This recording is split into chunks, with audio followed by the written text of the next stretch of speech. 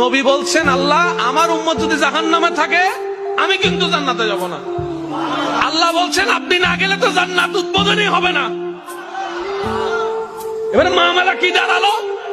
আল্লাহ পাক বলে যে আমি তাহকামুল হাকিমিন নিজেকে বলেছি, বিচার না করলেও তো জিনিসটা সুন্দর হয় না। অনবী একটা কাজ করেন, ওয়ালা সাউফা ইউতিকা রাব্বুকা ফাতারদা, আমি কাউকে বলি নাই, আপনাকে না বলেছি। ওমা আরসালনাকা ইল্লা রাহমাতাল লিল আলামিন, কারো সম্পর্কে নাজিল করি নাই, আপনাকে দিয়েছি। ওয়ালাল আখিরাতু খায়রুল লাকা মিনাল উলা, কাউকে বলি নাই, আপনাকে বলেছি। আর আমি আল্লাহ ভালো করে জানি আপনি হচ্ছেন উম্মতের দরদী নবী।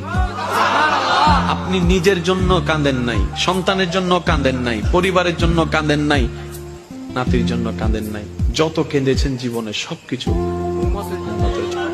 এমনকি হাসরের ময়দানে যখন সর্বপ্রথম আমাদের নবীকে আল্লাহর হুকুমে তোলা হবে, আমাদের নবী উঠেই জিব্রাইল আলাইহিস সালামকে প্রথম প্রশ্ন করবে, ও আমার ভাই জিব্রাইল, আমার উম্মত গুলা কোথায়?